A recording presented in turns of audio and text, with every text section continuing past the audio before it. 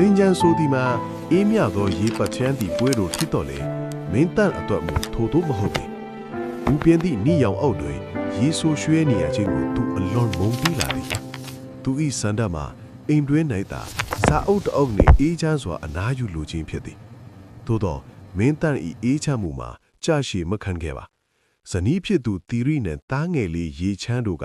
အခန်းထဲသို့စိတ်လှုပ်ရှားစွာရောက်ရှိလာကြသည် ကိုမင်းတန်ထပါတော့ကလေးကအပြင်ထွက်ပြီးရေပက်ချင်လို့တဲ့ တီရီကပြုံးရွှင်စွာပြောလိုက်သည်နေပူကြီးထဲမသွားချင်ပါဘူးကွာအိမ်မှာပဲရေပိုက်နဲ့ပတ်ကြပါလားဟုမင်းတန်ကညင်းဆန်ရန်ကြိုးစားကြည့်သည်သို့သောတီရီကခေါင်းခါပြလိုက်ပြီးအပြင်ထွက်ရန်သာတိုက်တွန်းနေတော့သည်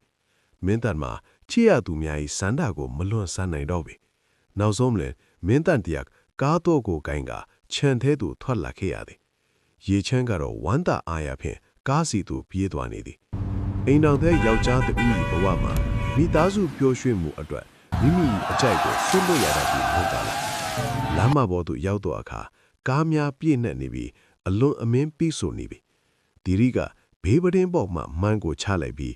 မှန်ချထားလေတကြံလေတယ်ဆိုတာရေဆိုခံမှပျော်ဖို့ကောင်းတာ သူကမင်းတန်ကိုလည်းမှန်ချခိုက်ပြန်သည်လမ်းဘေးဝဲရတွင်လူငယ်များကရေပုံးများရေခွက်များဖြင့်လမ်းပတ်ကြ၏ကားအနီးသို့ရေများဒလဟောရောက်လာတော့သည်လူငယ်နှစ်ဦးကရေပုံးထဲမှရေကိုအားရပါးရခတ်ထုတ်နေကြသည်ထိုစဉ်ကားရပ်သွားသည့်ခဏမှပဲအလွန်အေးဆက်လာသောရေတပုံးသည်မင်းတန်၏လမ်းလာပေါ်သို့ချရောက်လာတော့သည်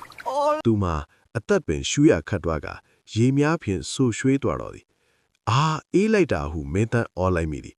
သို့သောတီရီနှင့်ရေချမ်းတို့ကတော့ဘီးမာနီ၍လက်ခုပ်တီးကရေမောနေကြသည် ဖေဖေရေဆိုသွားပြီ ဟုရေချမ်းကအော်ဟစ်ကပျော်ရွှင်နေသည်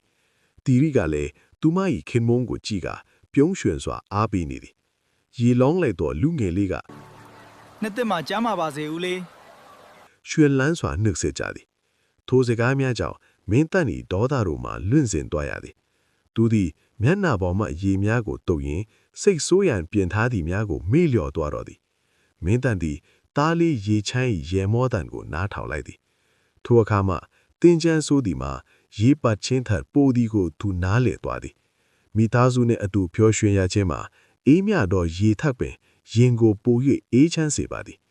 မင်းတန်လည်းမျက်နှာပေါ်မှရေများကိုတုပ်ရင်းနောက်ထပ်ရေပတ်မိမနက်စီတို့ကားကိုပြုံးရွှင်စွာမောင်းနှင်သွားလေတော့သည်